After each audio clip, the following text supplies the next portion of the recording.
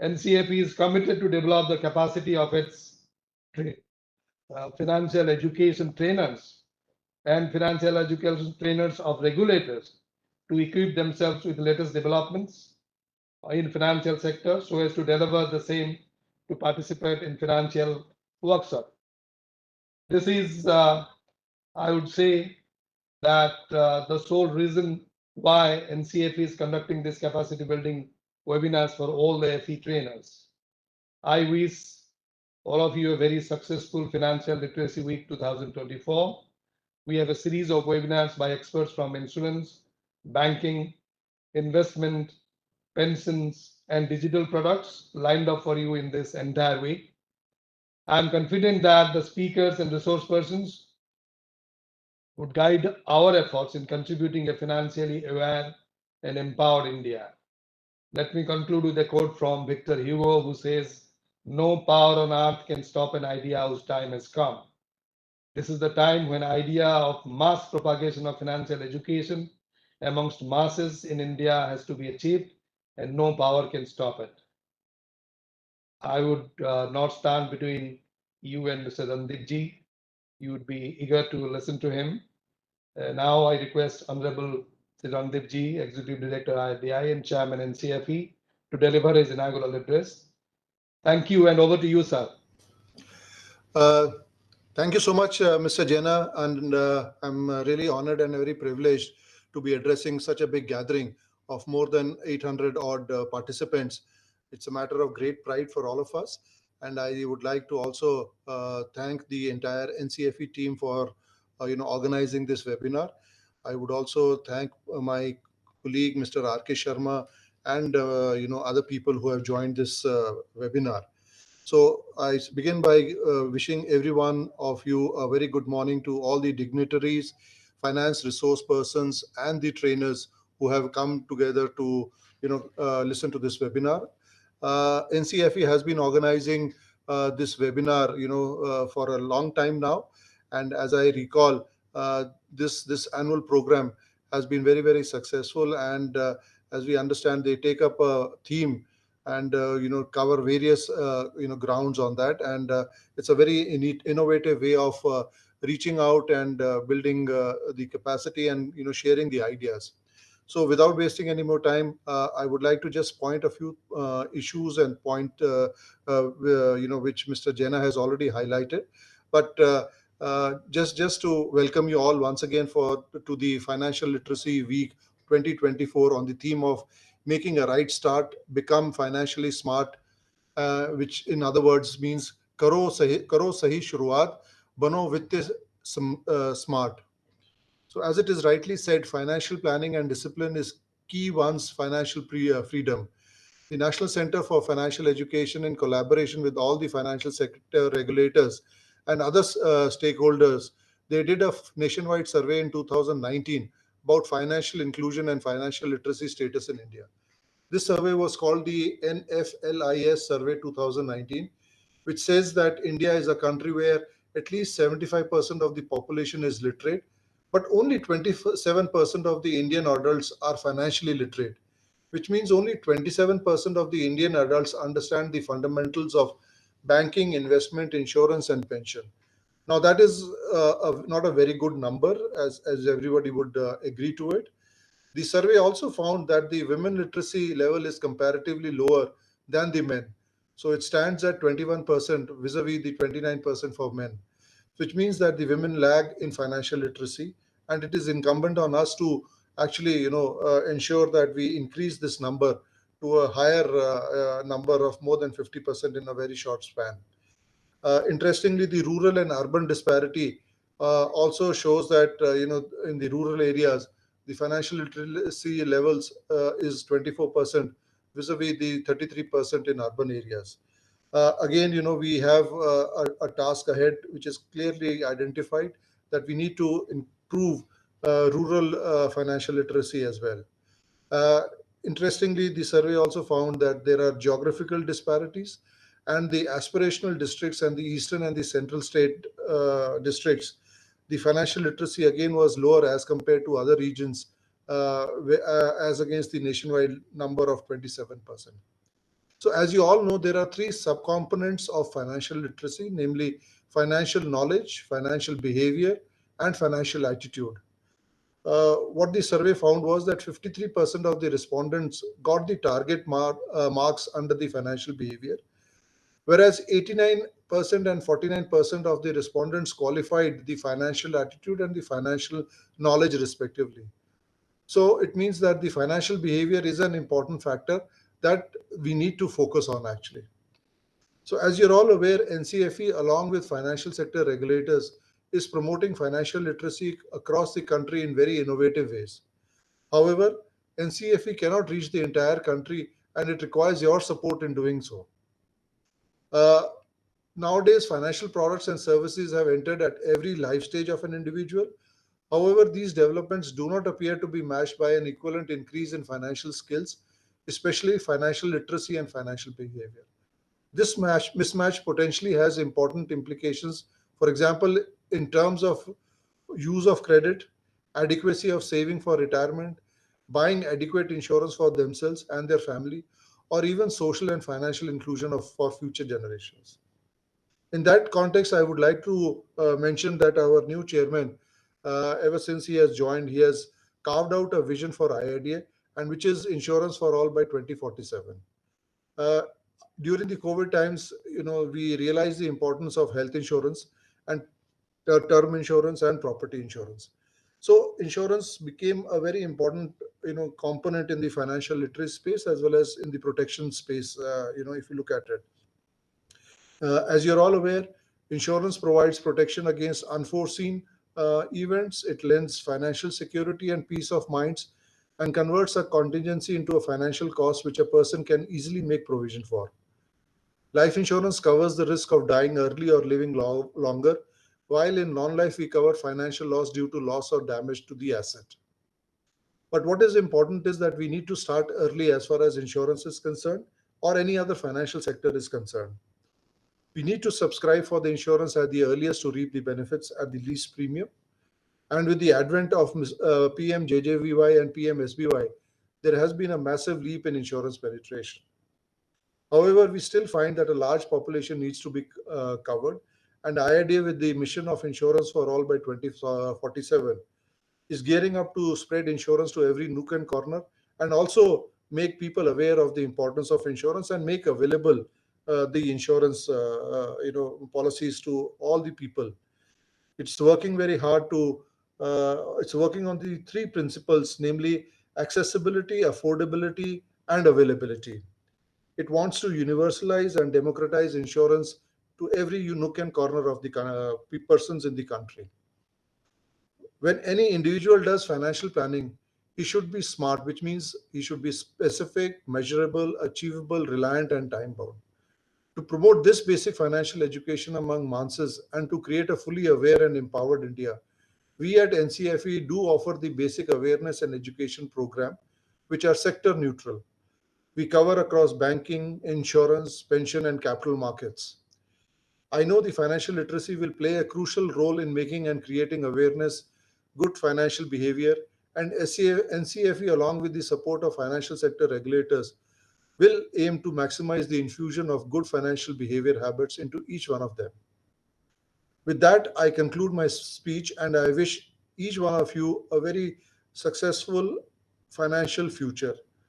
Not last, but the least request I can make to all the financial education trainers from all the regulators is to participate in capacity building webinars and update their knowledge for better delivery. Also, NCFE is conducting a national level financial literacy quiz for school students. We request one and all to promote the same to ensure maximum participation. Thank you all and wish you all the very best for this financial literacy week. Thank you.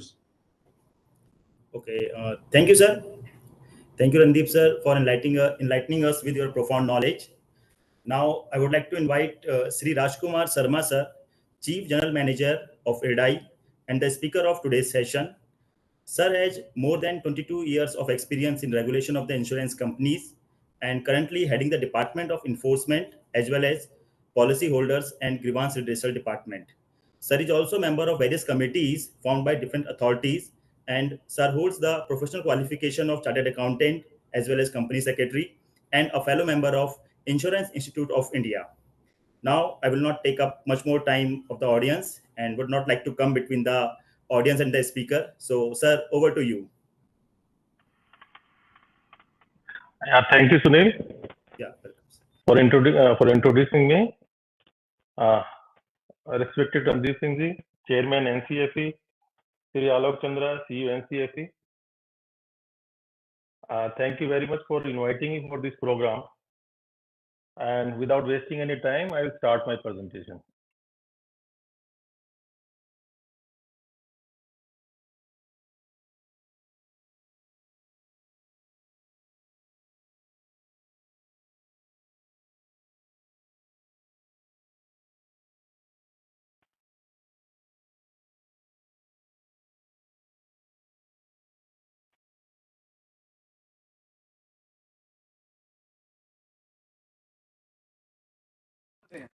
Hello, Sharma sir.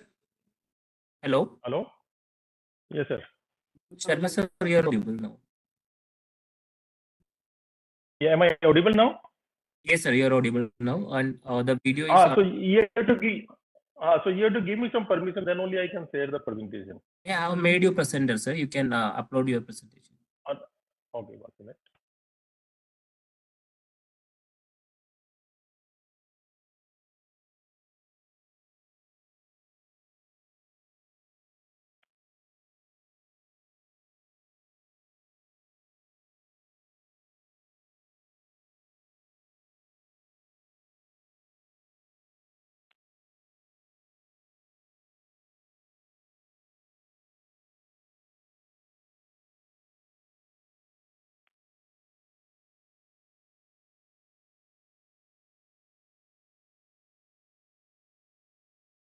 One minute is taking some time.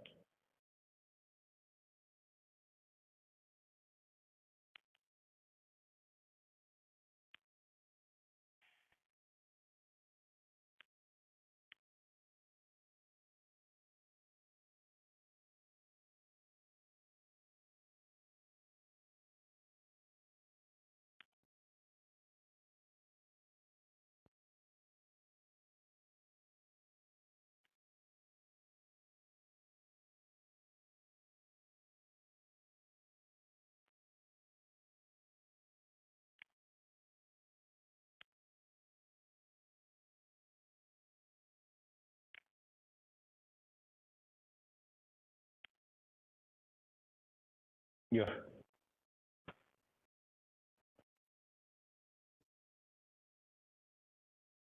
Yeah, Sunil, whether my presentation is now visible? Not yet, sir. Hello?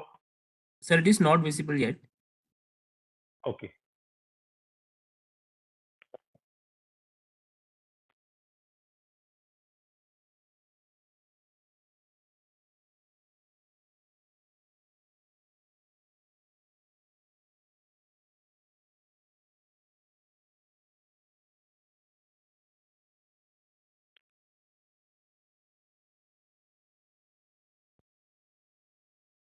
Now? Still, it is not visible, sir.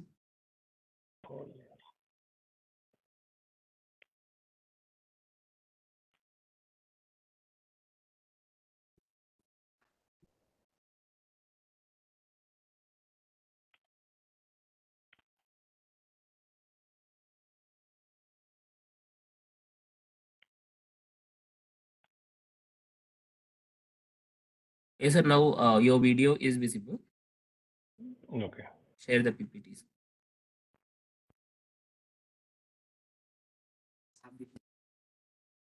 Now is it?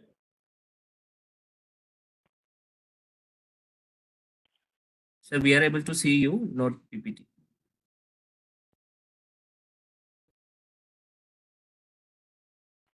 Now are you able to see PPT? No. No. PPT is still not visible.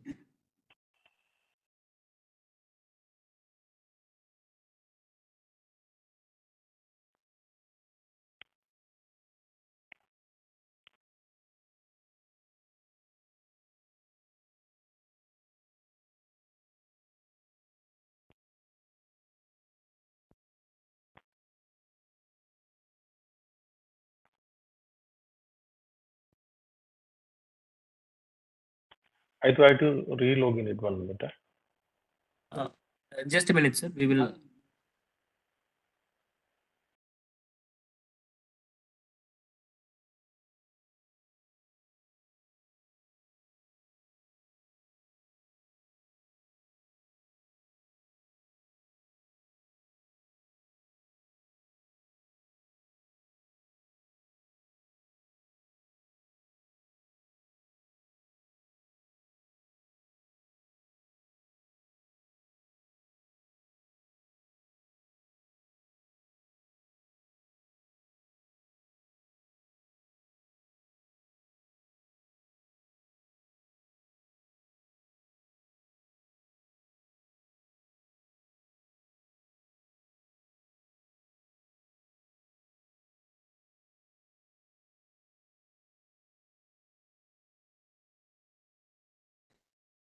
We request the participant to wait for 2 minutes. Sharma sir will be joining soon.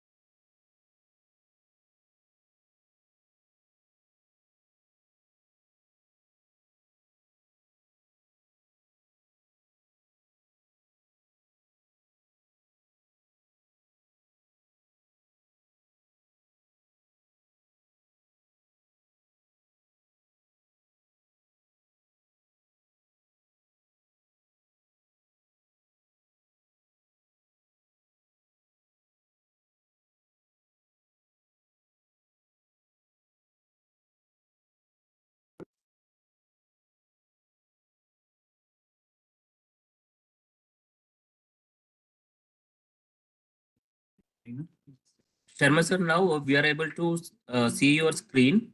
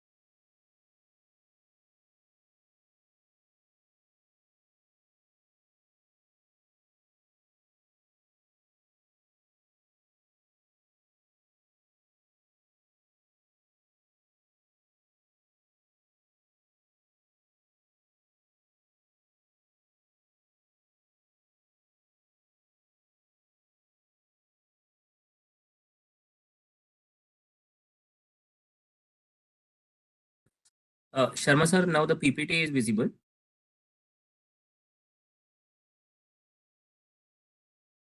Sharma sir, are you there? We are not audible.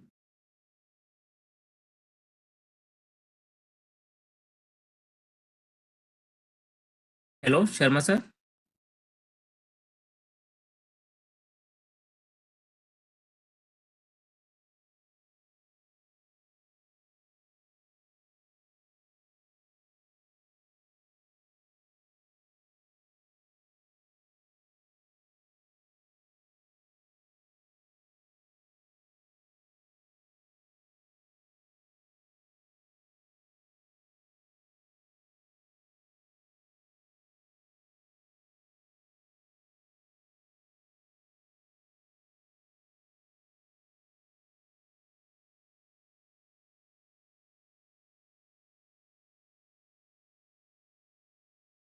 Hello, Sharma sir.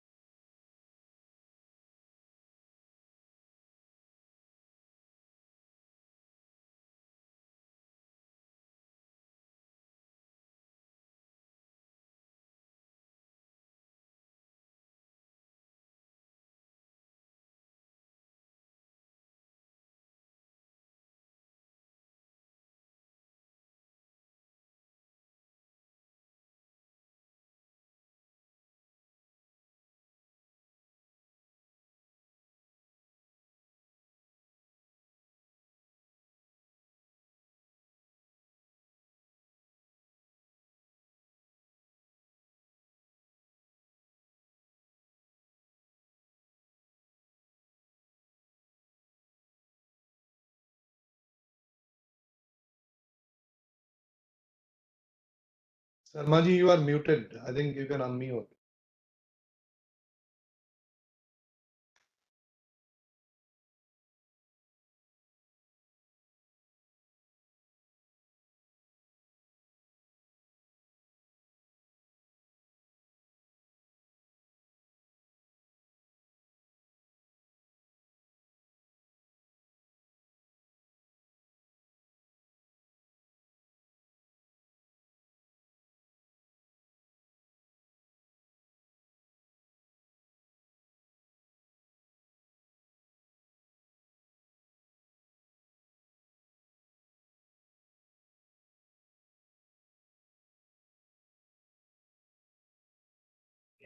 Now?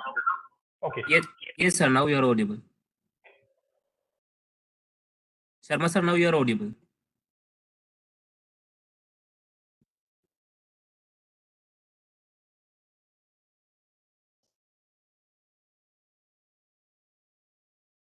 Hello, Sharma sir.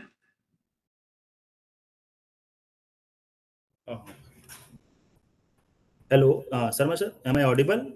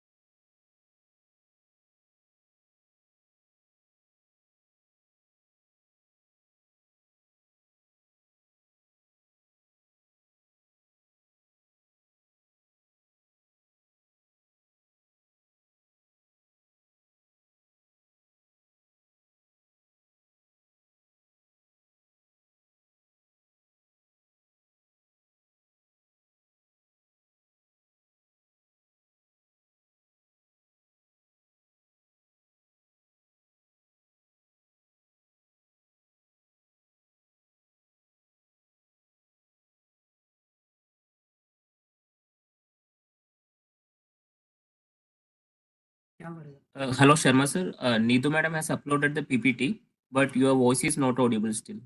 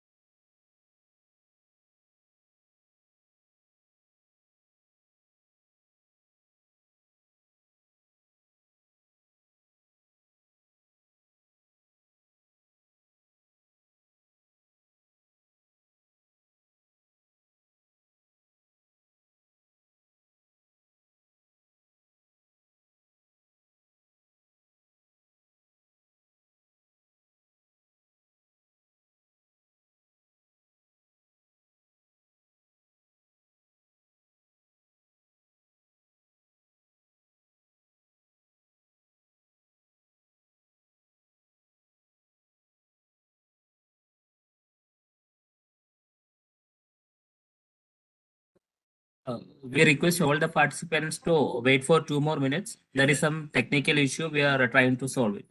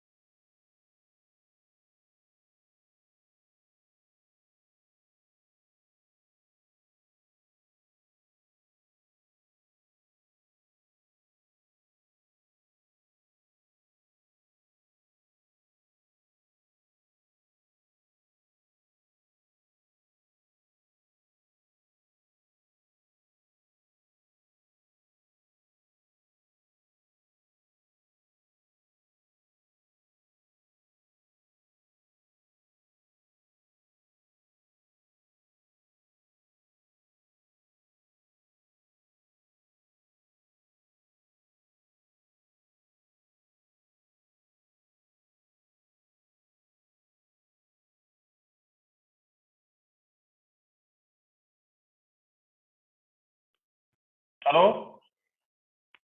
Hello? Yes, sir. Okay. You're audible now, and PPT is also visible, sir. Visible. Okay. So good morning, everyone. First of all, I am extremely sorry for this last minute hiccup. Because of technical issues, I was not able to share my presentation. So I had to share my presentation with my team, and now they uploaded this thing. So without wasting any time, we'll directly go to the presentation. So today's theme is Insure Your Tomorrow, a secure start for financial wisdom. So today we are going to discuss what is the importance of the insurance, and while purchasing the insurance, what are the things which has to be taken into account, what are the regulatory reform which has been done in the recent past. All these things we are going to discuss today. So we can go to the next slide. Into next slide.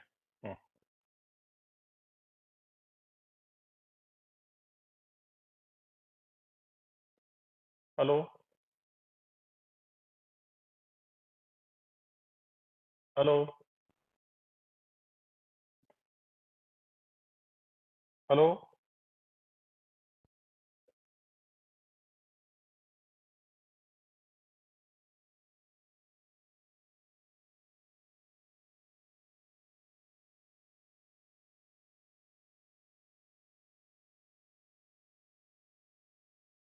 Hello.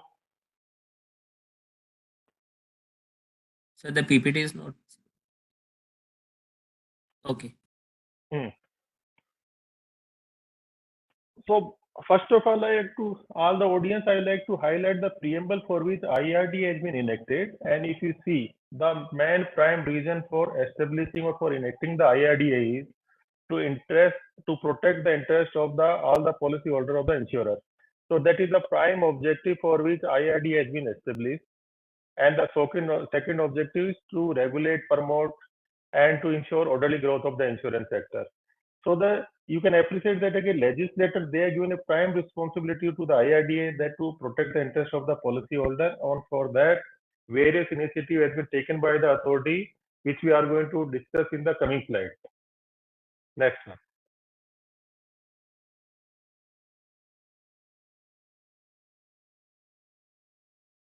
And IRDAI, it has been established by the Act of the Parliament, and the Act provides that there will be, say, 10 members of the board, and that will include one chairman and not more than 5 full-time members. And there will be, say, 4 part-time members will also be there. And that includes one government nominee also in the board composition.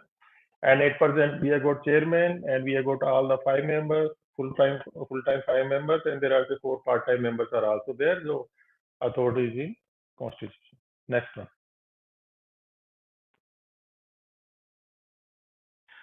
And if you see the journey travel so far, the insurance sector was opened up for reform in 2000, and if we compare from the journey what has been traveled as on date, so there are total 70 insurers are there, and out of the 70 insurers includes around 58 direct insurers. When I insurer, these are the insurers who transact the business of life or non-life or health, or there are the two specialized insurers are also there.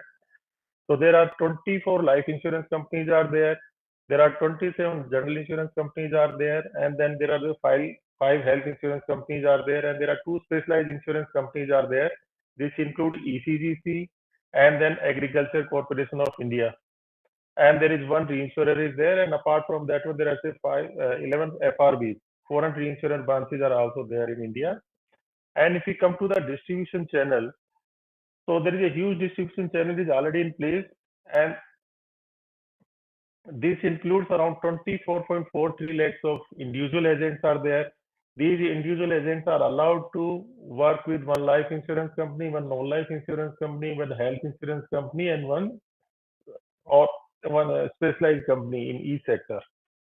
And apart from that one, there are say 564 corporate agents are also there. These corporate, earlier they were allowed with say 3 insurer in each line of business, so that means they could have worked with say 3 life insurance company, 3 non-life insurance company, 3 health insurance company. Recently, it has this tie-up limit or this tie-up ceiling has been increased to 9. So now they can work with say 9 life insurance company, 9 non-life insurance company, 9 health insurance company.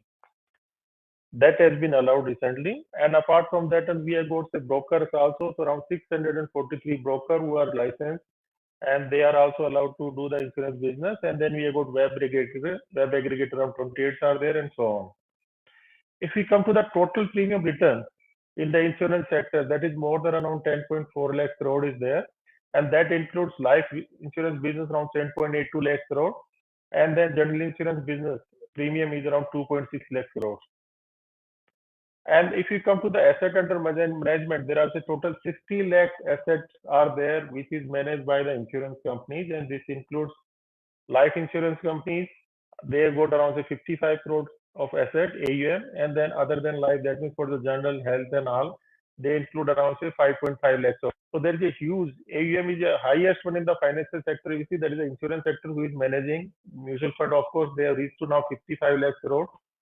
But then also for insurance, it is 60 lakh crore is there, and out of 60 lakh crore, around 10 lakh crore has been invested in the stock market.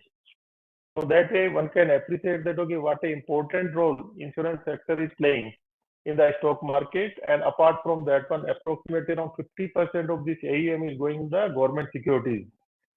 So that enables the government to finance their project to meet the capital requirement or fund requirement which they require for long-term funds, a long-term say project.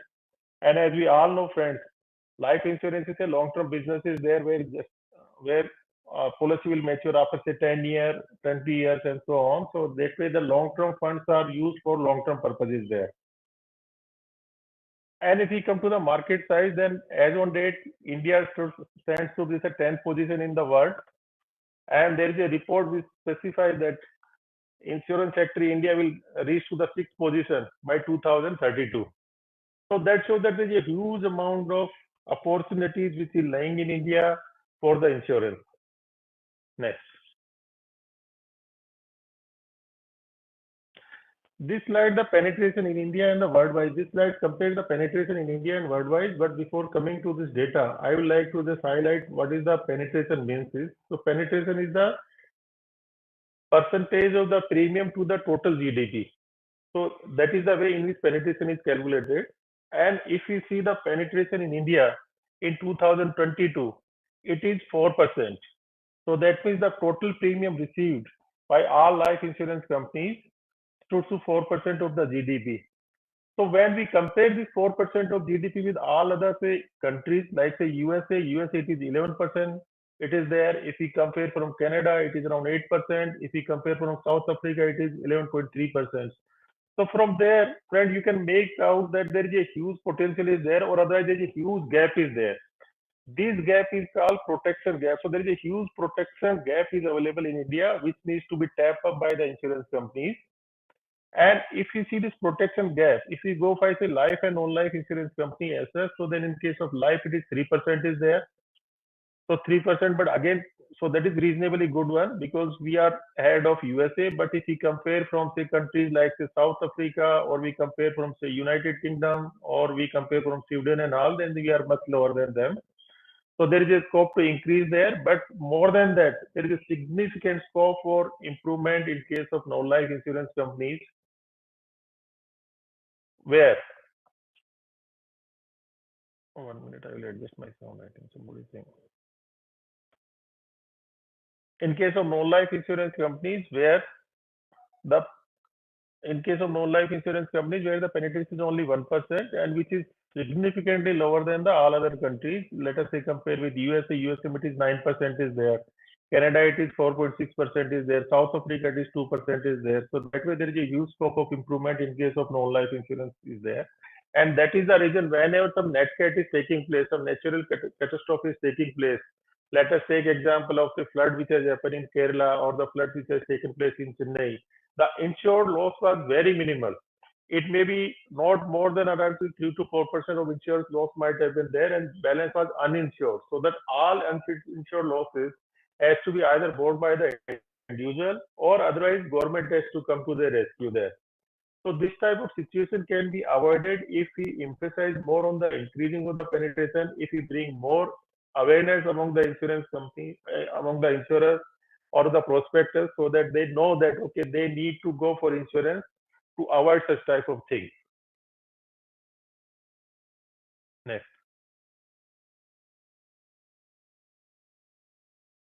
So this slide bring out the protection gap, that how the protection gap is calculated. And here I'm only focusing because this is only for the resource person and all other stakeholders, more than 1,000 stakeholders they are joined. So I like to highlight that how this protection gap is calculated in case of life insurance. So here we have to take the protection gap is equivalent to take what is the income one person is required or his family is required in his absence. So let us say one person has taken some insurance policies. He may be earning say 1 lakh of rupees, and God forbid if that person dies. So in that case, their family may require around 1 lakh of rupees to run their day-to-day basis, monthly basis. So that amount we have to take into account. Then they might have also taken some housing loan and all these things, because now the bread earner will not be there. So they have to pay that liability. So to payment of that liability, how much amount they require, that is the total fund requirement which we have to take into account. And that requirement has to be reduced by the total saving. Let us say that person is in employment, then he might have got some PF, some gratuity and all these things. So that will be deducted from them. Apart from that one, in case there is some non-primary, some investment property is also there. So this excludes the housing or the flat where that person's family is residing. Apart from that one, in case something is there, the market value or the sale value of that should be reduced from that one. Then in case they have got some life insurance, some other asset is there, that should be reduced. So this will be the gap. So when I'm saying 1 lakh rupees earning is there, so not the 1 lakh rupees is to be taken into account, but what is the fund which a person or a family require to earn that 1 lakh rupees, that will be the capital which has to come. So that capital plus loan amount minus all is saving in that sense. So that is the protection gap is there. And how much is this protection gap is there, we'll see in the next slide.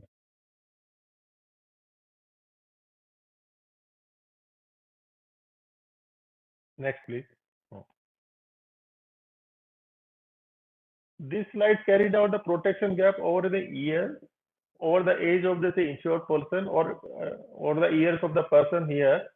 And this also carries out the analysis between say rural and urban. So if first I will come to the urban here. So urban may at the rate when the person is at the age of say 18 to 25 years. So that time the protection gap will be somewhere around 95%, but it will gradually come down. And when the person reaches at the age of 45 to 50, this gap will come down to 58%, and then it slightly increases. And why it is increases? Because after 60 years, they may not have got the say, insurance coverage, or sometimes they will be covered for the say, employer benefits, so that will go on. So that will go off. So because of that one, this protection gap will increase slightly here. If we come to say rural population, then this gap is somewhere around 98% at the age of 18 to 25. And when the person reaches at the age of 45 to 50, that time this gap will again around, it will remain around 84%. And in the 60 years, it will be somewhere around 90%. So that shows us that, okay, how much gap is there. But this gap is slightly lower in case of urban because they seem to be more aware about the insurance product. They should to be more, they have more say, income, disposable income, and because of this one, they are able to buy certain type of insurance in their cases. Next.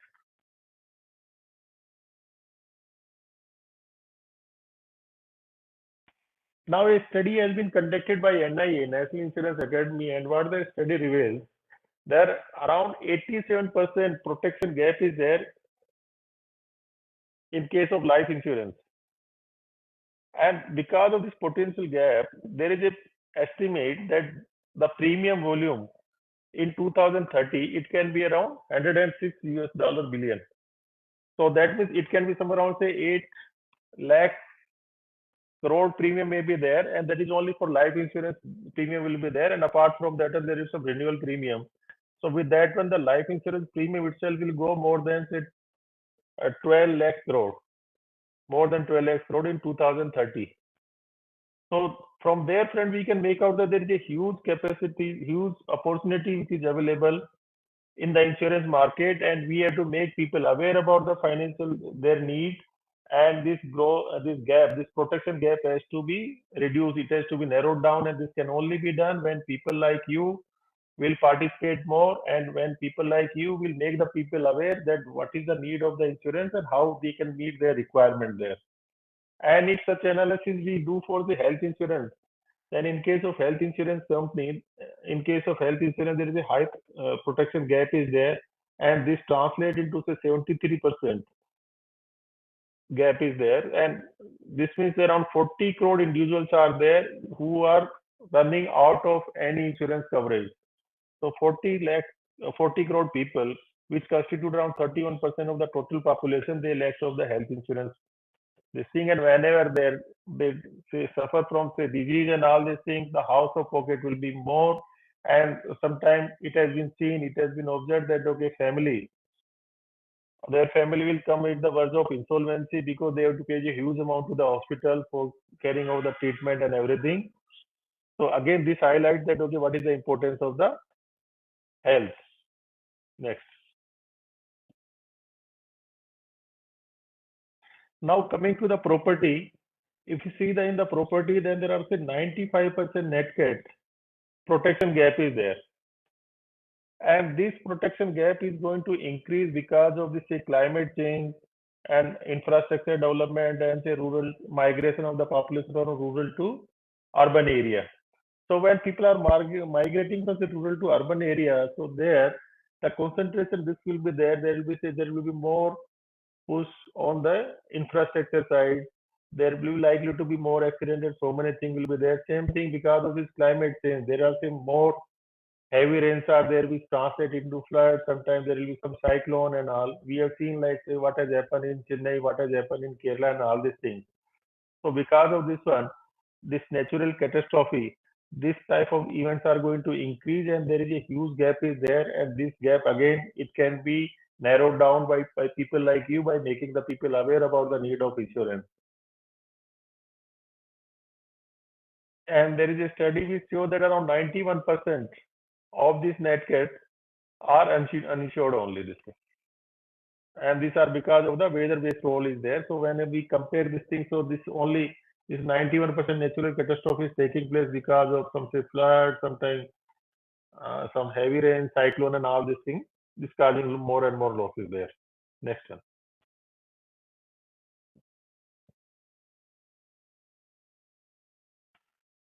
Now this slide carries out the attitude that why people are buying life insurance companies. And again, here we are taking say the urban and rural separately. And here, if you see buying of the insurance, so people are mainly buying for investment purposes here, because if you see for the investment, there are now 67% in case of urban people, they are only buying for say insurance for this purpose only. And then there is a But if you see the protection, then protection there is a huge gap. Is there only around 41% in case of urban they are buying for protection, and in case of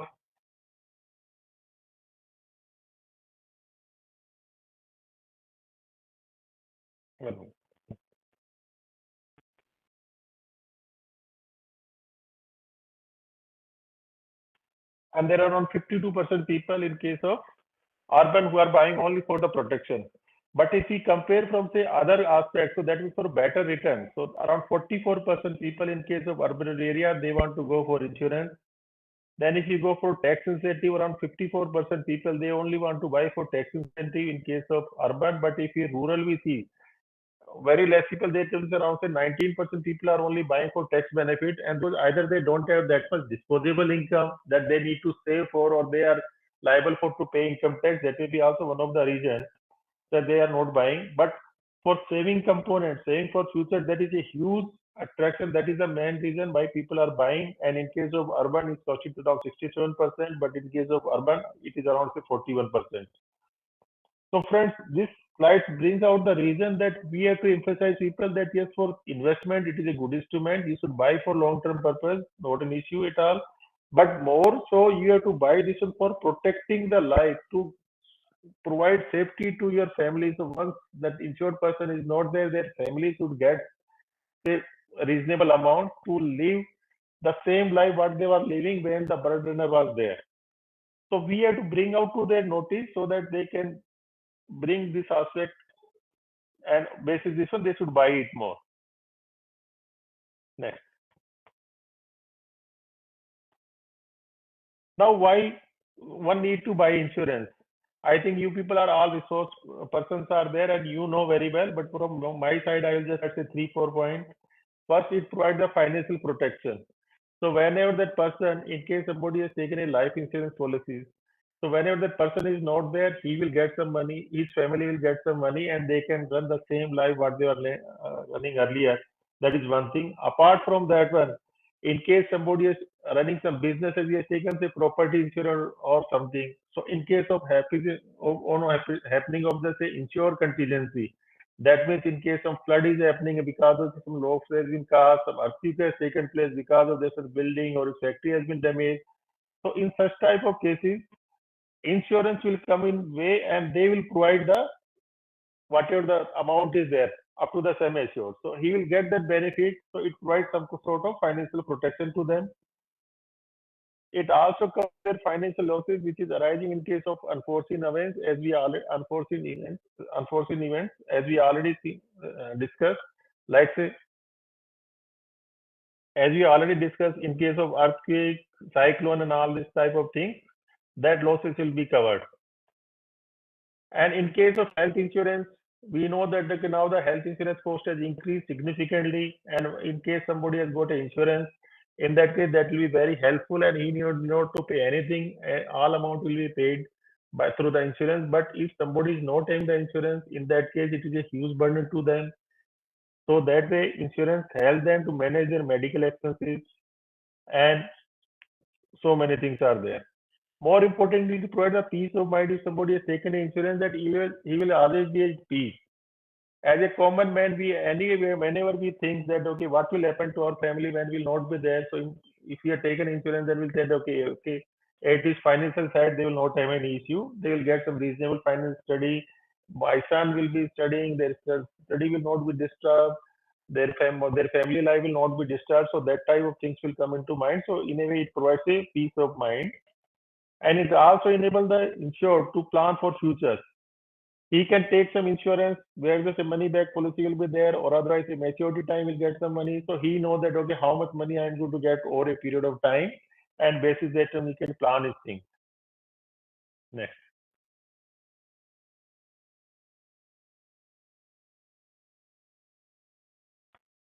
Now this is a very basic slide, but just I want to highlight that there are three types of insurance which is available. Most of you will be aware it is life insurance, general insurance, and health insurance. Business are there. These are the insurance which is available.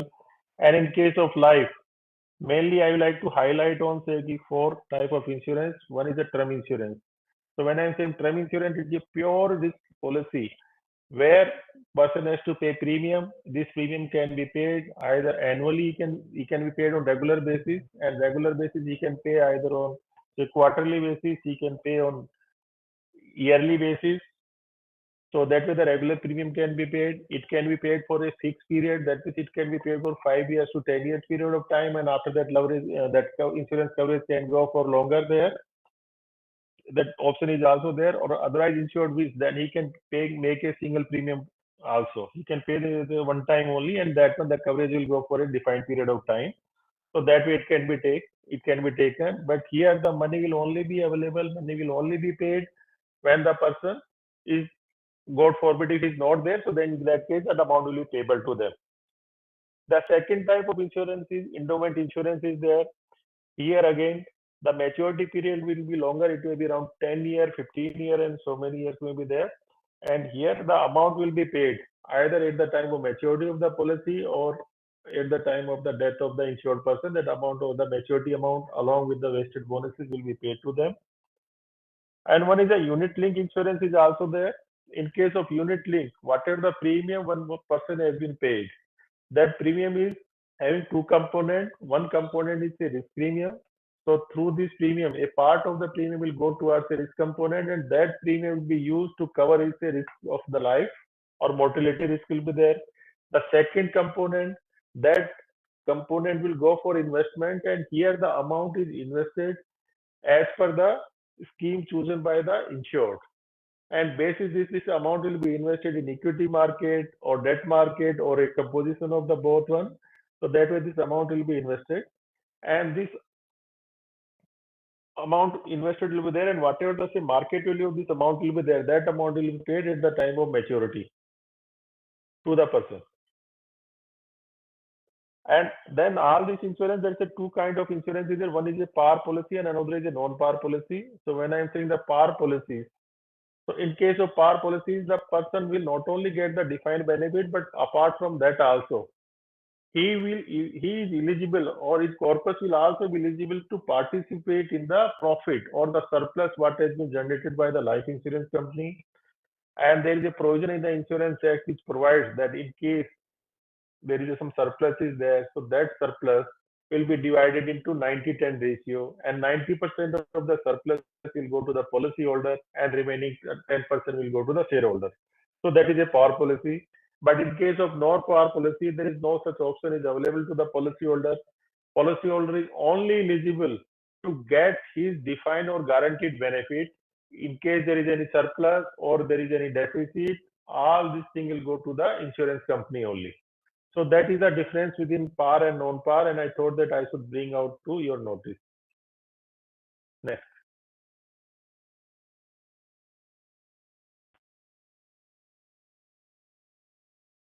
Now coming to the general insurance. So general insurance, we all know, friend, it includes other than life. And in case of general insurance company, maximum product will be indemnity based. Here the product will not be the benefit based, barring one or two products which we'll discuss later. So here, when I'm saying the indemnity base means the insured is entitled to get whatever the loss which has been caused to him, up to that amount only the insurance company is bound to or under obligation to reimburse that amount only, subject to the sum assured. But it's not that, okay, some loss has been caused, so that, okay, over and above the losses also the amount will be given to him. That is not the case here. So that is the indemnity product. And when we are saying the benefit based product, so here on happening of the contingency, the entire sum insured will be paid to the person, irrespective of losses caused. So when we are saying the general insurance, it includes motor insurance, it includes property insurance, it includes crop insurance, travel insurance. So all kind of insurance that is there, it is included here. And in motor insurance, we know that motor third party is obligatory. It is mandatory to purchase for all the vehicle insurance. But the second part, that means the own damage, is optional. So that a person can purchase from that one, and we should advise them to purchase this own damage, because that helps them that in case an accident has been caused, it will help them to get the vehicle repair. In case somebody has stolen their car, it will help them to take the claim, and basically he can buy a new car. So that type of things are there. Now, the health insurance, yes, health insurance are also sold or also marketed by the general insurance also. But here there are various type of policies are there. One is the individual health insurance.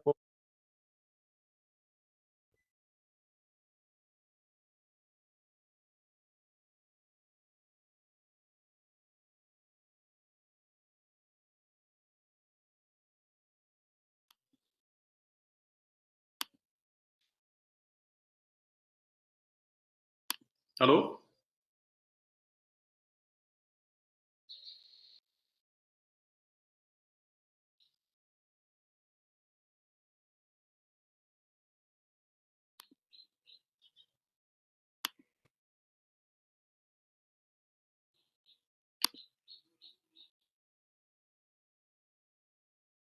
Hello, am I audible? Yes, sir, you are audible. So individual health can be taken, then one this plan can also be taken on floater basis. So when I'm saying the floater basis, it can be taken for entire family for the same sum assured. So let us say sum assured will be 5 lakhs, but within that 5 lakhs, this entire family will be covered. So that can be taken either for one individual or for the treatment of the entire family also. So that is a family floater policy is there. Then one unique policy is there. That is the critical illness. So here 5 or 6 dreaded disease or critical illness is covered here. So here in case the person is diagnosed with a critical illness, in that case that amount, it is a benefit product is there. So whatever the sum assured which is given in the critical illness policy, the same amount will be reimbursed or it will be paid to the policyholder. So that is a critical illness policy is there. Next. Now, apart from these, we have seen then authority has also, because there was a need that some standard policies should be there so that a customer, whenever he is buying, he can see what are his coverages there. Otherwise, it is very difficult for one insured person to compare the product of the two insurance company and then come to the conclusion whether the product, the premium what has been charged by the two insurance company, that is reasonable or not. So in order to avoid that one, some standard product has been specified by the authority, and these products are sold by all insurance company. They are required to be sold by all insurance company, and here the scope is fixed. Scope is already defined by the authority. That scope has to be provided by all the insurance company only basis the data they have, basis the risk perception they have, the premium charge can vary on that one. So these are the products which has been notified by the authority, and this is marketed or this is sold by all the insurance companies there. So in case of life, this includes Saral Jeevan Bima, and this Saral Jeevan Bima, I would just like to highlight this is a term insurance policy is there, where the minimum sum assured is 5 lakh rupees there, and the maximum sum assured is 25 lakh rupees there. And the premium payment mode is optional upon the policyholder. If he wants to pay, he can pay on say limited period basis. That means he can pay 5-year or 10-year basis, or he can pay through single premium, or he can pay over the period of the policies are there. And the sum assured will be not less than 10 times of the premium paid. So let us say over a period of policy, if somebody has paid 10 lakh rupees of premium, then sum assured will be not less than 1 crore will be there. So that is the say Saral Jeevan policy is there. The second standard product is Saral Pension. So as its name only signifies, this is an immediate annuity plan is there, and under this pension policy or Saral Pension Bima product, there are two options which is available. One, where the immediate pension will start, but once that person is no more, then the premium what has been paid, the consideration what has been paid to purchase this immediate policy, that amount will be refunded to the dependent or his nominee. The second is joint life policy is there. So in that case, he and his nominee, either of the survival is there till that time that amount will be paid, and after that no more option will be there for refund of the premium or refund of the purchase price. Coming to the health, this is very important product, and that is the Arogya Sanjeevani insurance which has been specified by the authority. Here the sum assured is around 10 lakh rupees is there, and the maximum is around 10 lakh rupees is there, and then the minimum has to be 50,000 rupees is there. And this policy is again is available in the individual and floater basis, and there are certain room cap charges is there. But important thing is that Ayush treatment, Ayurvedic treatment is also included under this policy. Now coming to the property, there is one policy there, Bharatiya Grah Raksha policy. So this policy covered risks like say, earthquake, storm, cyclone, tempest, floods. All these things is covered under that policy. And the property should be either house building policy, and then house contents is also covered under that one, and that is up to 20% of the sum assured is covered there, and there is a maximum cap is there, say 10 lakh rupees. So let us say if the house building price or the sum assured is around say 2 crore, in that case that house content can also be covered, but that will be covered up to subject to a maximum of 20%. So 20% come to 40 lakhs. So now 40 lakhs will not be covered in the house content. Here the maximum cap is only 10 lakh rupees. So up to 10 lakh rupees only the house content will be covered there. So this is policy, this Bharatiya Grah Raksha policy is there, which is available for the individual. Now next I am coming to the property and stock, where say the total enterprise is really less than 5 CR is there, 5 crore is there.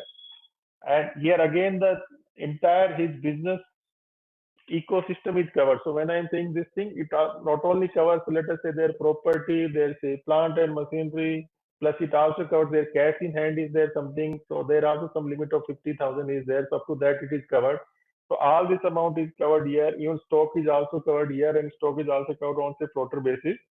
So these are the things which is covered here. And then last one is the personal accident policy, which is called Saral Suraksha Bima. So under this one, say 3 contingency which is covered, and that is one say unforeseen death is there, then permanent total disability is there, that is also covered, and then permanent partial disability. So all these 3 things are covered here.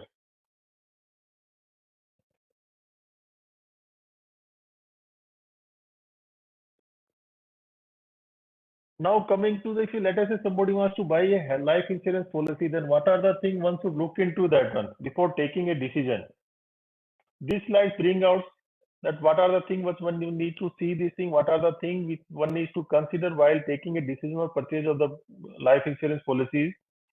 So here first thing is one has to see its current income and expenses. He should say what is the disposable income which is laying after meeting his say all mandatory expenses there, and he should assess whether he will able to pay that premium over a period of time. If so, then he should go for a regular premium policy.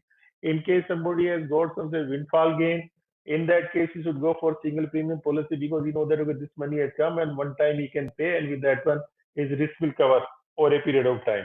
If such type of situation is there, then he should go for single premium of policies is that. Then apart from that one, the important thing while deciding the sum assured, he should see what is the, again he has to see his protection gap. What is the protection gap he is going to have? What is the income which his family require in his absence? That he has to study, and that has to be capitalized over a period of time. So let us say that amount comes to 10 lakh rupees he require over a period of time. That it should not happen that sum assured is only 10 lakh rupees is there, but that should be capitalized. He should see what is the prevailing rate of interest is there. So let us say prevailing rate of interest is 8%. So that should be divided by the 8%, and that is the amount for which he should go for sum assured. It is possible that okay, entire policy for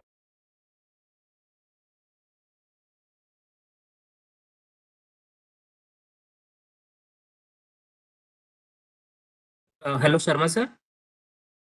You are not audible now.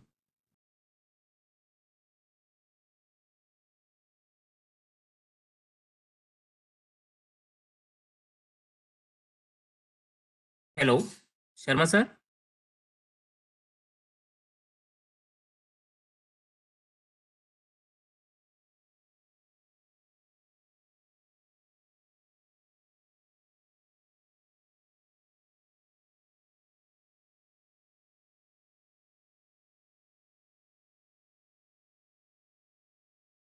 Hello, Sharma sir. You are not audible.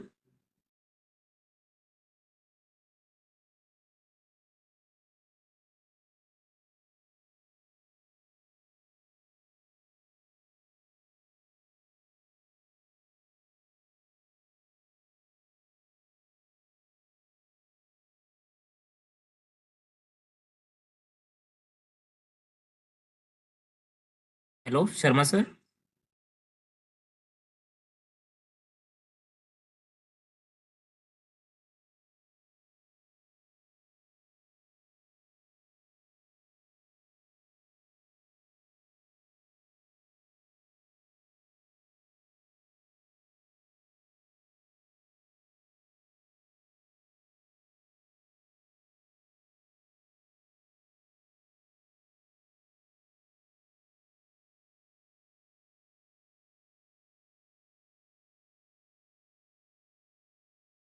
Samaji, you are not audible.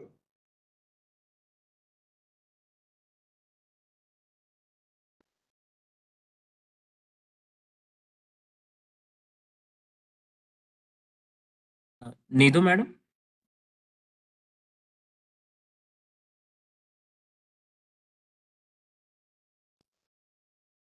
Needu madam, could you please coordinate with Sharma sir?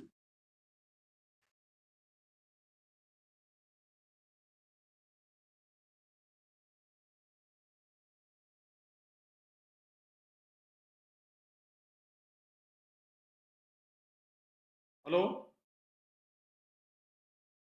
Hello? You are audible now. Okay. So next slide, please. Okay, now coming to the health insurance policy. Yeah. So coming to the health insurance policy, following are the thing which one is to take into account, and that includes what are the coverage which is available against specified disease.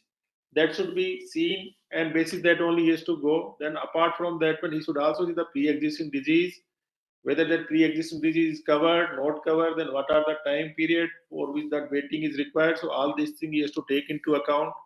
Then one should also see the pre and post hospitalization expenses are there. As you might have aware that in case of insurance policies, all the insurance policies they cover pre-hospitalization period medical treatment also, and after hospitalization, after the person has been discharged, then also the hospitalization charges are covered somewhere around say 30 days to 60 days period of time. So that should also be seen. Then apart from that one, there will be say sum assured will be there in the policy. But apart from that sum assured, there are say various sublimit which will be put in the policy, and that includes sometime room rate restriction, that room should not go beyond 1% of the sum assured policy per day.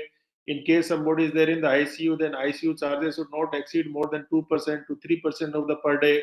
So all these things has to be taken into account, and basis that only a decision should be taken, and a attempt should be made to purchase a policy which suits the requirement of the prospects. And in some of the policies, the OPD charges are also covered, so that should also be seen. And then main emphasis is put on the exclusion. It should not happen that okay, certain things for the objective for which the policy is purchased, that has been excluded there. So all this thing has to be seen, and after that only they have to take a decision on that one. Next. Yeah, this is again like a basic slide. So from whom the insurance can be purchased? Insurance you can purchase directly from the insurance companies also, and from insurance company you can go to their branch offices, or otherwise nowadays you will be getting lot of sales calls. People will come and you can buy from them also. But apart from that, when you can also visit to their website, and there are say some standard products are there which is available on their website, and directly also it can be purchased. So that is the way one can purchase from the insurance company. But apart from that one, friends, we have already seen that there is a entire ecosystem is already in place. There are say around 25 lakhs agents are also working. Then there are say corporate agents are there. Then there are say web aggregators are there. So all these things are already available. So on that basis also you can purchase. But as we have seen in case of insurance agent, it is only limited to the 3 insurance company will be there. In case of corporate agent, in one segment they are working for say 9 insurance companies, and so many things. And insurance broker is the only person who can work with all the insurance companies is there. So this is the difference between say insurance broker and insurance agent. So basically this is a suitable decision has to be taken, and policy can be purchased. But while purchasing, please see that okay, that person has got a valid license from the authority. Next, please. Now this slide bring out the agent and broker. Several times we see that okay, this person is agent or this person is working as an insurance broker. So what is the difference? So there is a one fine difference is there, friends, and that difference is where the individual agent represent the insurance company, the broker represent the customer. So that is one difference, and this is a significant difference which is relevant for us while purchasing, while taking a decision on purchase of the insurance policies. But apart from that one, there is a restrictions on number of insurance company whom one can represent. So as we already discussed, an individual agent can represent one life, one non-life, and one health insurance company, whereas a broker can go for say multiple insurer there. Next. Now, as Chairman NCFE Shri Randeep Singh ji has already pointed out that okay, one should start early, and why one should start early, he has already given a detailed justification. But from my side, I would like to highlight two things here. One, it enables the insured to pay lower premium, because when person is at a young age, the premium charged by the insurance company that will be comparatively lesser than the same product which might have taken at a older age. So that way one tend to pay lower premium on that one, and apart from that one, that lower premium he's covering his risk, at the early age. So that way his family is protected to that extent, and he will have peace of mind also. That is one thing. Then there are certain long-term benefit which will be available to him, and that one benefit will be, it will enable him in case of life insurance company, it will enable him to have a large corpus, because that rule of compounding will start, and he will get a large corpus at that time of maturity. That is one thing which will be there. Then because he has taken a, already he has covered his risk, so after that he can invest his surplus money in various other investment instruments also. So that way he will be have a good financial management. Next.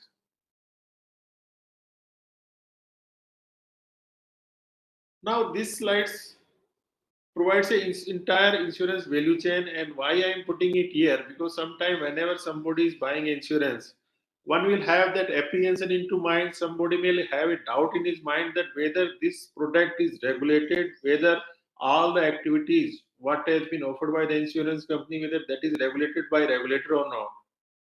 So I just want to highlight here that since designing of the product to the settlement of the claim, entire process, entire insurance value chain is monitored, or in some way it is regulated by the authority.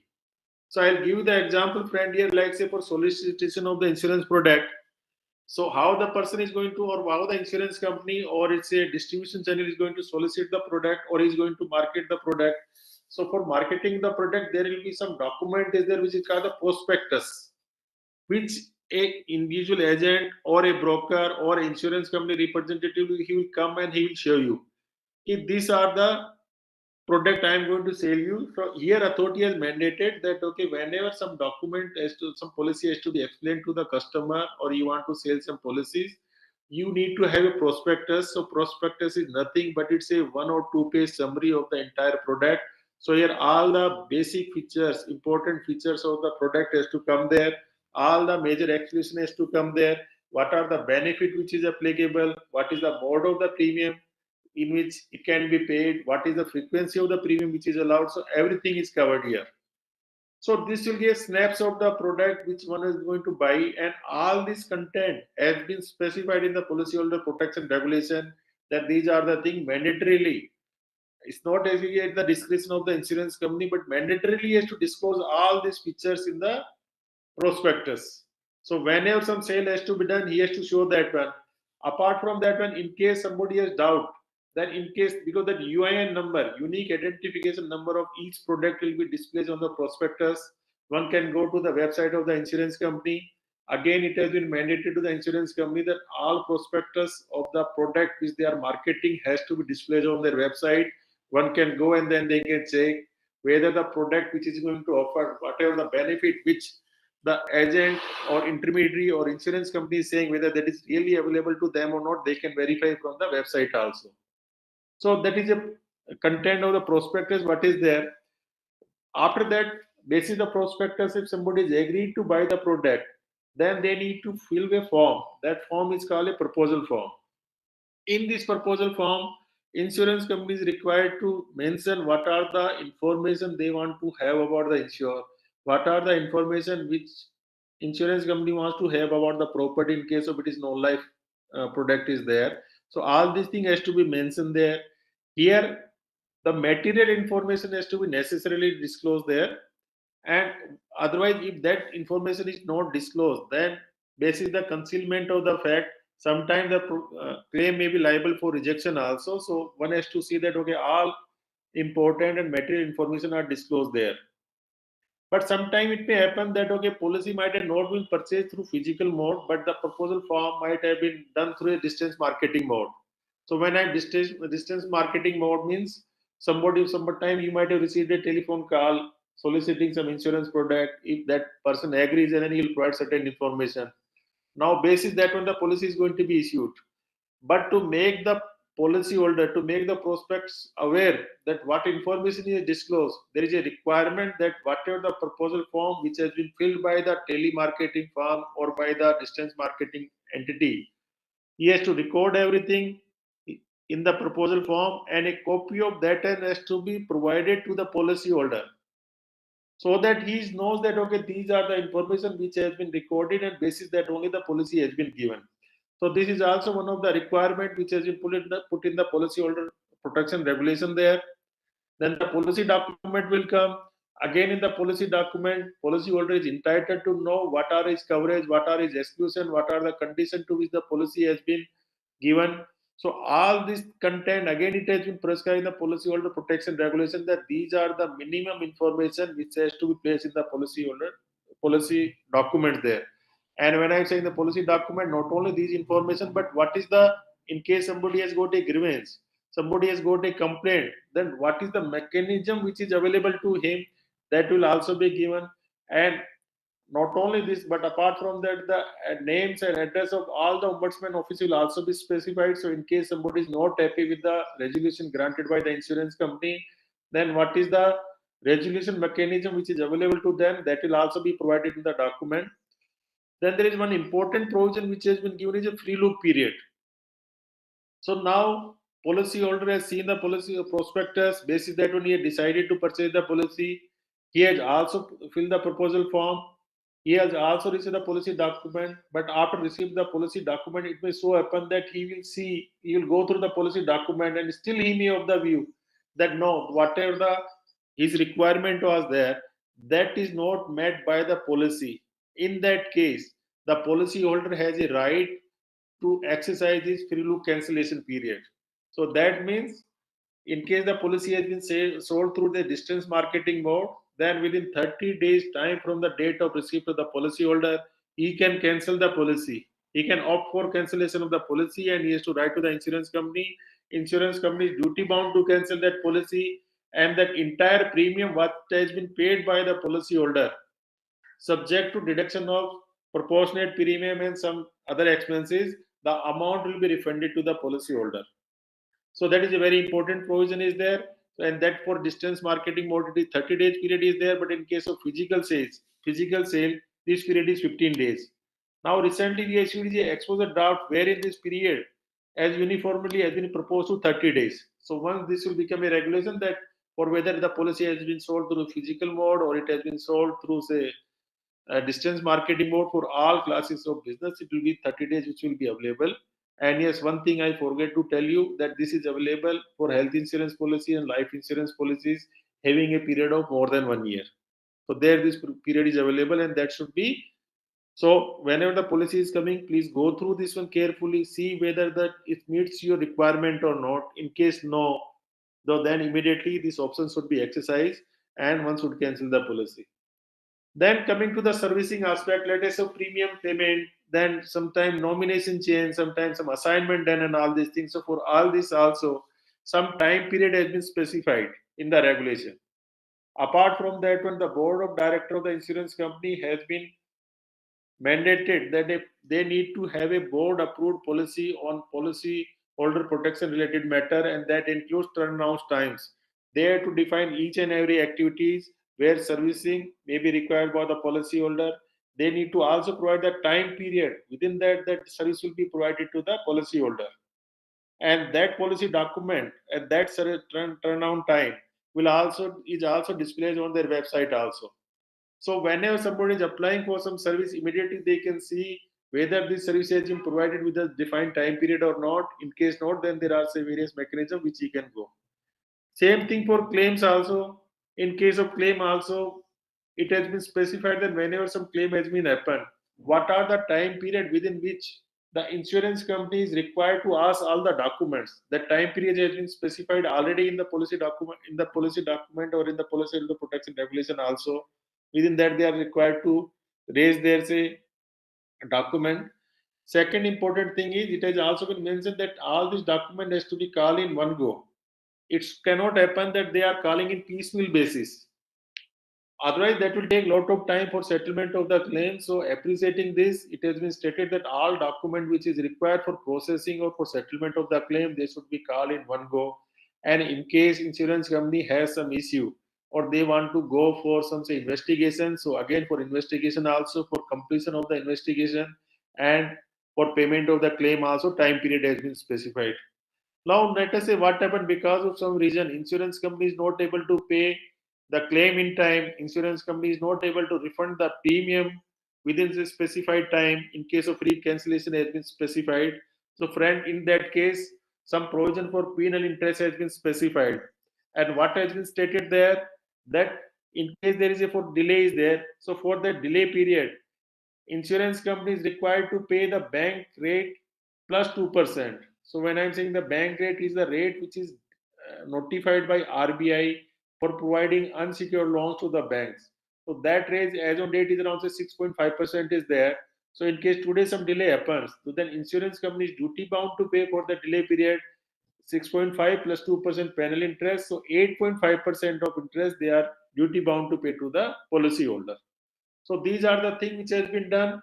Now last one about the grievance also. So with grievance also, IRDAI is coming out with a Bima Bharosa. So earlier this was called IGMS, Integrated Grievance Management System. Now it is a revamp and the system is more efficient and it is called a Bima Bharosa system.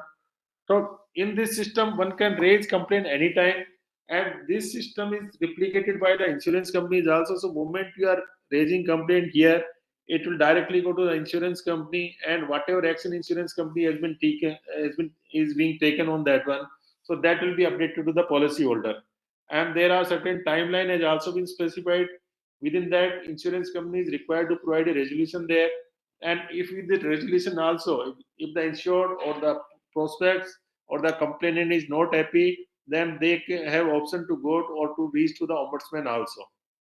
So these are the things which has been done, and from there you can make out that okay, this entire process of insurance from sale to claim settlement, everything is regulated, everything is supervised. Thank you. Now here we see that okay, how this is a insurance has grown. So insurance grown significantly. It has registered around say for 5 years CAGR, compounded annualized growth rate is around say 11% is there, and for 2023 it is 14% is there. So now pace of growth has increased significantly. And if we see return on equity of the insurer, the 15 top insurer, they are earning in the range of 11 to 20% of return. Next. Now, India, why insurance? There is a potential to grow here. Here, there is a huge potential for growth for the insurance sector. We have already seen there is a huge protection gap is there. So that itself highlights that there is a huge potential is there. That protection gap has to be covered. But apart from that, there are also some favorable things is also there. And one of the most important thing is the demographic dividend. Friend, you may also be aware, you may already be aware that okay, the median age of in India is only around 28 years. Wherever it is around 37 years in China, it is around 49 years in Japan. So we have got a lot of young population is there, and then the working population age is increasing in India. In 2015, it was somewhere around 66% was there. Now this percentage has increased to 67% in 2020, and now it is around 68% is there. There is a working population is there. So there's a huge put that shows that okay, the people are working and they are employed more there. In case of China, yes, this working population percentage is now 69%, but now it is showing a declining trend. It has declined from 70% to 69% over a period of 2 years. So that means they are going for a declining trend, but we are going for increasing trend, and this increasing trend will continue more so when our median age is only 28 years is there. So that way there is a huge potential is there where this can be solved. Yes, while selling the insurance, there is only one constraint that okay, when we have to reach to the rural areas, there will be a lot of cost will be there for distribution, and to reduce that cost, we need to use or we need to more and more rely on the technology. So now the mobile network is huge in India. If you see the mobile penetration is huge in India, and there is a millennium population, they are already digital oriented. Everybody is using mobile, so basically that one technology usage can be extensive, and with that one the cost of insurance can be reduced, and which ultimately or the resultant of that will be that lowering the premium, so the affordability of the insurance will increase with that one. Then there is a missing middle is already there. So around 40 crore people are there who are not having the insurance policies. So we have to focus more on that one, and their income is also increasing. The per capita income is already increasing. So that way there is a huge potential is there. So we have got say working population, we have got say extensive say IT network is there. Then we have got a disposable income is also there. So only thing what has to be do is which needs to be done is to increase awareness about the insurance, and to offer them the product in a very simple term, in affordable term, so that this can be purchased. Next.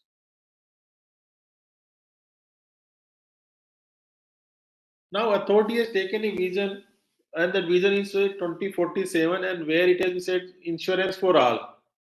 And when we are saying insurance for all, we are saying that okay, every citizen of India, every business of India, and every household of India should have insurance. So there should be insurance for say all individuals. There should be insurance for their properties. There should be insurance for their household. So that type of insurance would also always be there. And for that one, what is required is more capital is required. So in the next slide, we'll see that okay, what are the measures which has been taken by the authority to augment the capital requirement for such type of growth. Then it also requires a more players. So for more player also, what has been done that we'll see in the next slides, and then more coverage also. So what has been done for say increasing more coverage to bring out more innovation in the product designing. So all these things we are going to see in the next slide.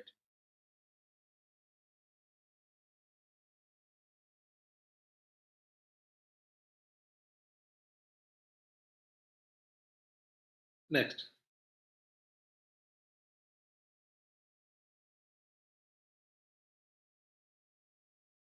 Now, first, I would like to highlight to see or to encourage more innovation in the product designing or for entire insurance value chain. When I'm saying the insurance value chain, it not only include designing of the insurance product, but it also include distribution of the product, servicing of the product, and all.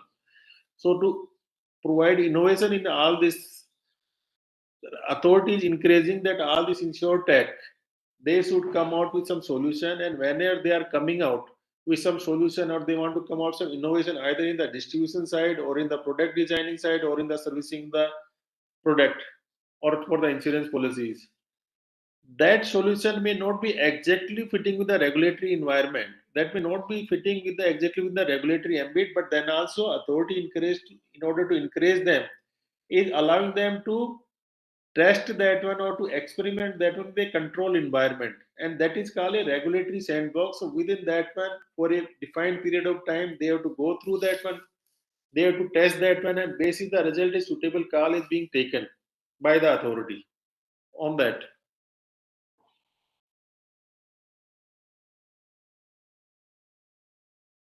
And every month or every quarterly basis, some say open house is also conducted on this thing, so that people can come, they can present their idea, and that can be done. Next.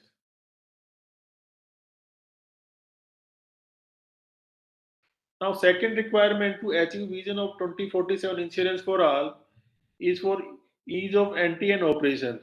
So for that one, what has been done earlier for product, if somebody has to launch a product, then there was a requirement that first the product has to file with the authority, then after the clearance from the authority, only the product can be launched in the market.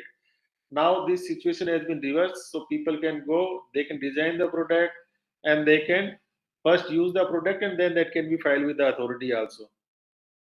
Then in order to provide, say, reduce, say, compliance burden, there are so many circular which are not relevant that has been repealed or that has been, say, withdrawn, and that include 167 circulars are there. Then there are, say, some returns are also there which has become redundant, so that has also been withdrawn. That includes around 79 are there that has been taken out. Then apart from that one, to ease the entry of the new entrant, there are various steps which has been taken, and that includes the time which has been given for processing the application, that has been reduced, turnaround time. So within that one, it has been reduced. Within that, the application will be processed and decision will be conveyed. That has been done. Then the limit for investor and the promoter, that has been changed. So now if investor earlier can only invest up to 10% of the, say, total paid up of the insurance company, now this limit has been increased to 25%. So a investor capacity also, a person in investor capacity can also invest up to 25% of the paid up capital, which was not there in earlier case. That has been done. Then the lock-in period is also specified on a stagger basis. So because friends, we all know insurance is a long-term business is there, and it should not happen that promoter who has promoted the company, they should come and go. So authority wants that the promoter who has committed to the company, they should stay with the company for a longer period of time. So in light of this, if there is a lock-in period requirement is there, during this period, promoter is not allowed to exit from the insurance company. So now that period has been staggered basis on the age of the insurance company. Earlier it was uniform. Then the regulation also specified, the revised regulation also specified the promoter or investor, in case they want to go, then they can only go at the time of listing. So if they want to list and after that they want to go, then probably before, say, lock-in period also they can go. And the reason for that is because now the company is well diversified, investor has faith, that is the reason the company has listed. So on that one, some exit can be allowed, but this exit will be subject to certain keywords, subject to certain condition, that promoter stakes should not come down below a defined percentage, and that percentage is 50% in case of something, and in any case it should not go below 26%. Next. Now, in order to ease in distribution and flexibility in the expenses management, following measures which has been taken, and that includes that increasing the tie-up for the distributor. So we already seen for corporate agent, the tie-up has been increased. Earlier 9, it has gone to now, say, 27. The limit of expenses has been revised, and earlier there was a sublimit on the commission. Now the sublimit on the commission has been taken out, and now only one single limit of expense of management is there. So within that, the company has to manage their expenses and commission both one. So somebody wants to have a, say, strong distribution channel and they don't want to their overhead, that can be done. Or somebody wants to have other ways, so that is also there. So that way insurance company has got a lot of flexibility, and basis that one they can design their business module. And apart from there is some, say, additional laws in order to encourage insurance company to go for more insurtech, to go to rural and social sector areas. So some, say, additional allowance has also been provided they are going in that one. Next.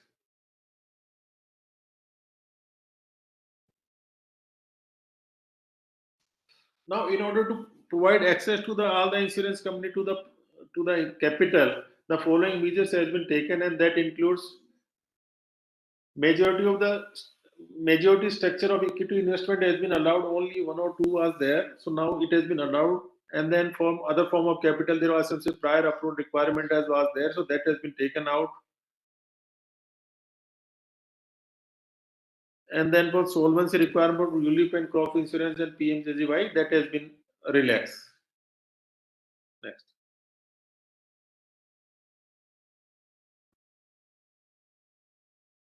Now these are the new age insurance which has come there.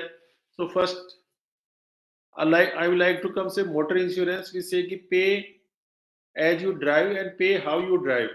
So now because of this telematic instrument, it is possible that how much one person is driving, on that basis also premium can be paid. The driving behavior of a driver is also captured by this telematics instrument, and basis this one the premium will be charged. So somebody is driving in a very disciplined way, then there will be some discount in the say base premium, and basis this one he has to pay the premium. But somebody is not driving in a say disciplined way, in that case there may be some loading will be there, or sometime there will be some decline of insurance can also be there.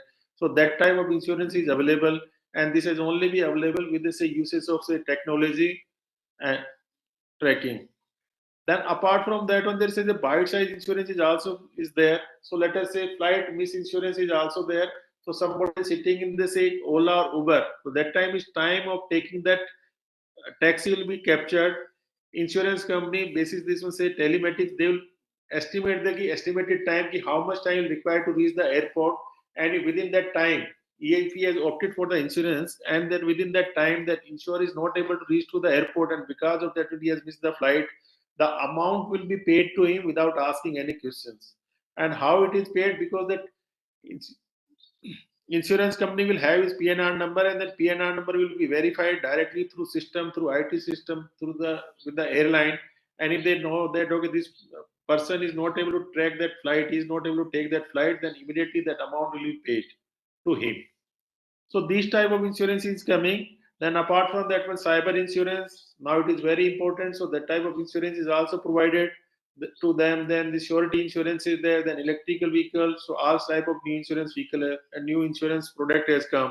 And so it is our duty as a resource person, we should bring out all this new insurance product to the notice of say common man, and we should see their need, and then we should say which type of insurance they should go for. Next. Now, this is the Bima Sugam. This is the new expose draft which has been issued. This is going to come very soon, and it is like a e-marketing platform will be there, where all stakeholder of the insurance will be stacked here, and it will provide an option that one can purchase insurance product directly from the insurance company through e-marketplace, or if they want to go through say some distribution channel, they will have the option to go through the distribution channel also. And to resolve their complaint, this will have some linkage with the Bima Bharosa, that grievance portal. So somebody is not happy with some services or something, immediately this can be launched. So everything will be electronic based, will be there, at the basis that one resolution will be done, and it is perceived, it is strongly believed that it will bring down the cost of insurance significantly, which will ultimately benefit to the policyholder. Next, I think that's all. So thank you so much, everyone, and I'm really sorry for this technical snag which has caused, and I could not share my presentation for a long. Thank you so much. Yes. Thank you, Sharma sir. Actually, if time permits, we may take a few queries from the participants. Hello, Sharma sir. Yes, sir. Yes, sir. Sure. Please. Okay. So then if you have any queries, you can post it in the chat box, or you can request for unmute. We will unmute you.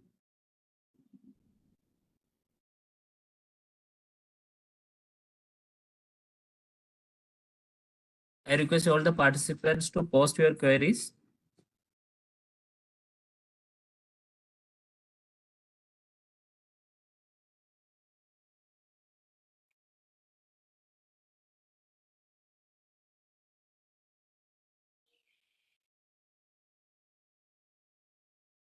Okay, I think Mr. Rahul is asking for this presentation sharing, so NCFE can take a call. Okay, fine, sir.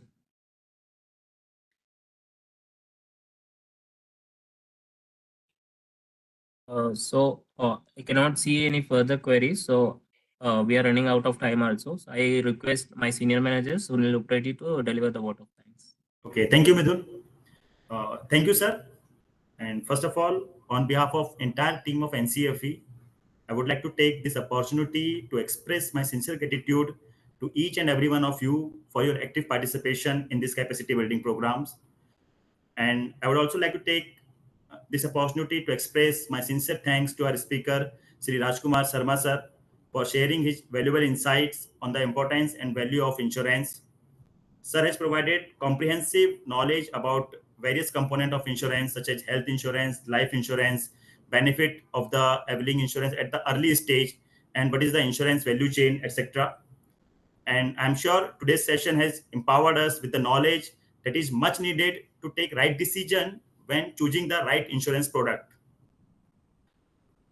As we all know, during today's online session, we also faced some technical glitches, but I would like to appreciate all the participants for their patience and their understanding during that time.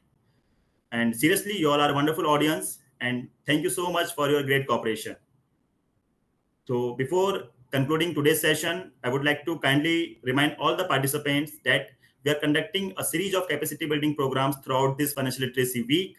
And tomorrow we have the second capacity building program focusing on how we can manage our finances, particularly in terms of banking, wherein the speaker from RBI will deliver the session. So I request all the participants to attend tomorrow's session also with the same enthusiasm which you showed in today's session. Now I pause my word and thank you once again. Thank you, sir, and thank you, participants. And I look forward to meet all the participants tomorrow also. Thank you. Thank you. Thank you, Sunil.